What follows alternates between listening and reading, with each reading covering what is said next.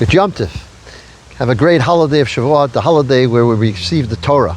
Ultimate pinnacle of our purpose on earth is this holiday, the holiday of Shavuot.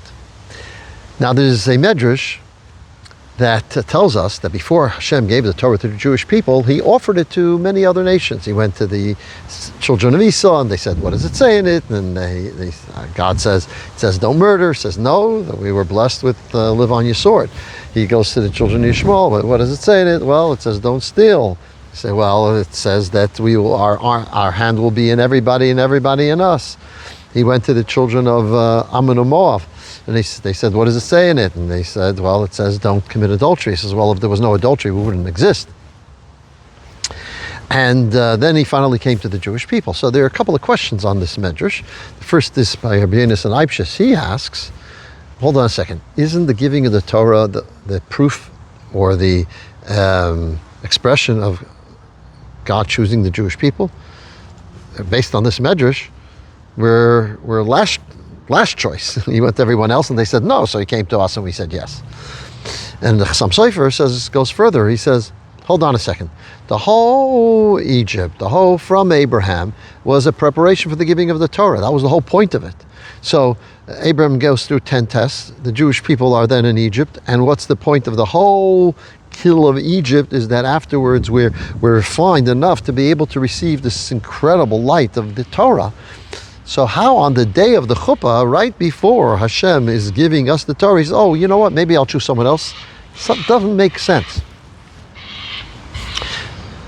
There's a number of answers given to it, but I'm going to just tell you one, the answer the Rebbe gives. The Rebbe said, like in 1982, the Rebbe says like this. You know, when you're nominated for an Oscar, you have a connection to the Oscar, even if you don't win it. You know, people will say, nominated for these many Oscars, directors or actors, nominated for so many, for a number of Oscars, even if they didn't win an Oscar.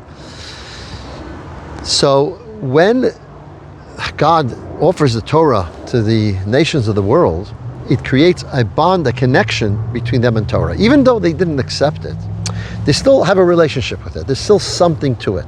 Why is this necessary?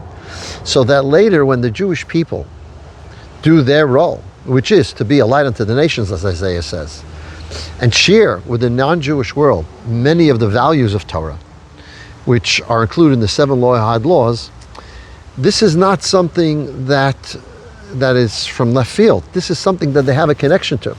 And here's the idea.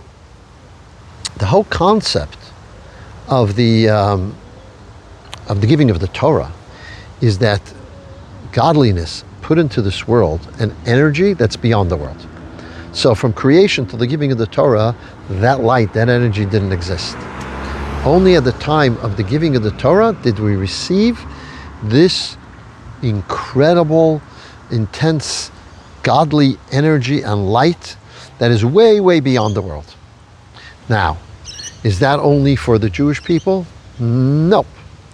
In the 7 Noahide laws that the nations of the world do, or are meant to do, they're meant to do it because it was told by God at the time of the giving of the Torah. As a matter of fact, the Talmud tells us that even though they're called Noahide laws, which means that these are mitzvot that were given to Adam and then to Noah, nevertheless, the obligation on these to do the 7 Noahide laws for the non-Jews comes about because it was repeated in the Torah itself. If it was only for what was given to Noah, they wouldn't be obligated. That's why. Because the energy of the revelation of the giving of the Torah is way beyond anything that had happened beforehand. And that's our task and purpose on earth, to bring a godliness that's beyond the world into the world. That's what happens with the giving of the Torah. And to do this fully, it has to also be shared with the rest of the world. So the Rebbe says something interesting. Ruth is the heroine of in a sense, the holiday of Shavuot. We read the story of Ruth. Ruth, Reish Vav Tov, is 606. What's the idea? She was a convert. Not the first convert, sorry. She was a convert, a famous convert. And 606 is because she was obligated in 7 mitzvot. So what did she add by converting 606? 606 plus 7, of course, is 613. So the Rebbe says that means to say that the 7 of the non-Jews is associated with the 613. So she already did the 7, now she's doing another 606. So the 7 also is connected to the fact that the Jewish people received the Torah at Sinai, because it's part of the 613. And of course the Torah at Sinai is the 10 Commandments, but is the beginning, and it includes all of the 613 mitzvot. Now here's the fascinating thing.